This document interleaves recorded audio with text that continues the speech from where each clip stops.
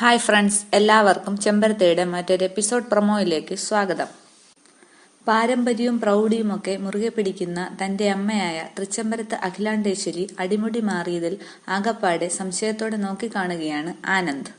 ഗുരുജിയുടെ അടുത്തുപോയി എന്ന് കള്ളം പറഞ്ഞതും സ്കാൻ ചെയ്യാമെന്ന് ഡോക്ടറെ തിരിച്ചയച്ചതുമൊക്കെ ആനന്ദിൽ സംശയം കൂടുതലുണ്ടാക്കിയിരിക്കുകയാണ്.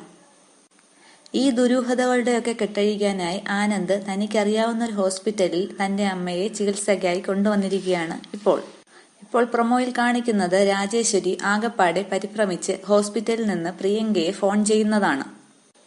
ഇത് ആനന്ദിന്റെ അതിബുദ്ധിയാണ്. അവന് എന്തൊക്കെയോ സംശയങ്ങളുണ്ട്.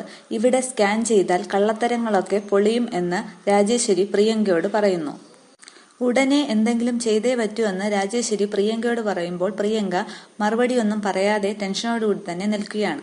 പിന്നീട് കാണിക്കുന്നത് ആനന്ദും അരവിന്ദും രാജേശ്വരിയും എല്ലാവരും ചേർന്ന് സ്കാൻ ചെയ്യാനായി പോകുന്നതാണ്. രാജേശ്വരി മനസ്സിൽ പറയുകയാണ്, കള്ളത്തരങ്ങൾക്കെല്ലാം ഇതോടുകൂടി തീരുമാനമാകുമെന്ന്. ഇത്രയുമാണ് ഇന്നത്തെ പ്രൊമോ വിശേഷങ്ങൾ. താങ്ക്